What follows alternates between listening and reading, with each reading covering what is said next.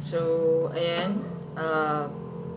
As you can see, to check the RAM specs, okay, so punta kayo sa dito, eto na area, which is the task manager, and then right click, then click task manager, task, okay, and then dito guys, kung wala kayong makikitang, like for example, minsan kasi ang lumalabas dito, ganyan lang.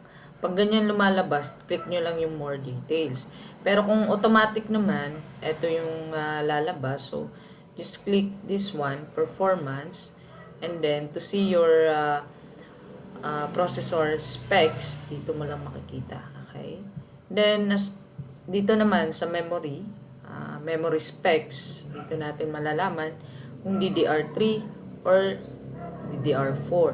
Okay? Importante yun. Kasi magkaiba ang pin, no? So, pag nagkamali ka, ayun, it would be cost you a lot. Okay? So, dito naman din makikita yung naka-SSD ko siya or hindi. Okay? So, ayan. Okay. Dun lang. Okay? So, ayan. Yun lang naman concerned kasi most of the time nagpapalit tayo ng RAM para hindi nagsa-stock up, no? Yun naman ang purpose doon. Okay? For multitasking. Right? So, ayan. Okay? I hope na may natutunan kayo this video. Okay? Then, dito, SODIMM, minsan DIMM, no? Kung ilan yung slot, makikita mo rin dito. Okay? So, dyan lang, no? Kung nag-e-exist ba yung RAM mo, kung ilang GB. Okay? At RAM specs. So, if ever naman naka-Windows 10 kayo, no, punta lang kayo sa My Computer. Ito kasi naka-Windows 10 tayo, no, which is, yun naman dapat. So, ayan, kung in case lang, no, ganun yung sistema.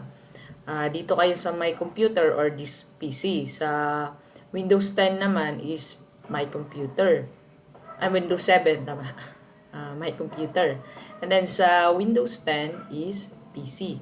So, right-click nyo lang yan, guys. And then, properties. Okay? So, dito, guys, dito nyo makikita yung processor din niya as well.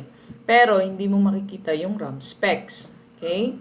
So, dito, once na nakita mo tong processor na to, pwede mong i-search, no? Anong generation siya, ano siya, tawag niyan, anong generation at anong compatible sa kanya na RAM. Okay? Importante yan, ha? Okay. So, ayan lang. Ayan lang guys. Okay? Thank you. Thank you for watching.